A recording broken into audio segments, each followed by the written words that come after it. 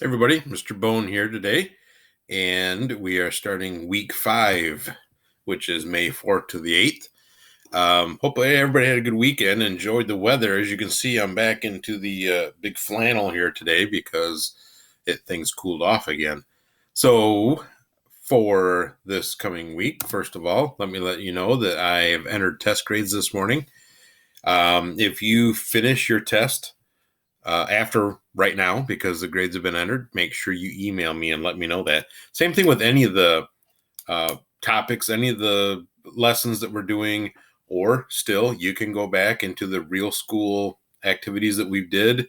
If you're missing a test grade, or if you're missing some RITPs or something like that, and you want to get those turned in, you can do that. And just make sure you email me letting me know what you're doing, and we'll get all that stuff entered in. So anything that's entered from the test in Edgenuity, if you do that after right now, make sure that you email me to let me know. Moving on, this week in 6th grade, we're going to be talking about political geography of the United States and Canada. So the previous topic that you did was physical features. Now we're talking about political geography, which just means things like state boundaries, country boundaries, cities, all the things that are geographical but political, which means people put them there. Comparing and contrasting governments in the United States and Canada. There are several things that are similar. The United States and Canada are not very dissimilar, but there are also several things that are different. So that's going to be the main thing.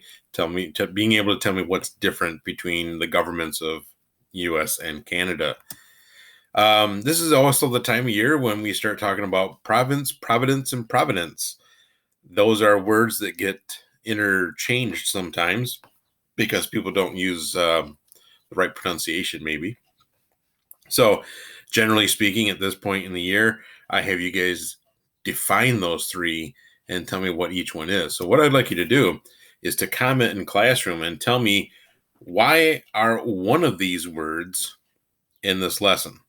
So which one is in the lesson and why is it in the lesson?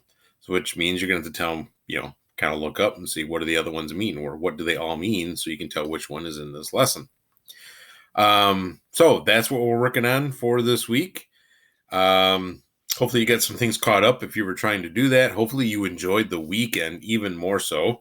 I know I was out pretty much sun up to sundown each of the days, enjoyed the whole thing, feeling a little bit more charged up than I had been.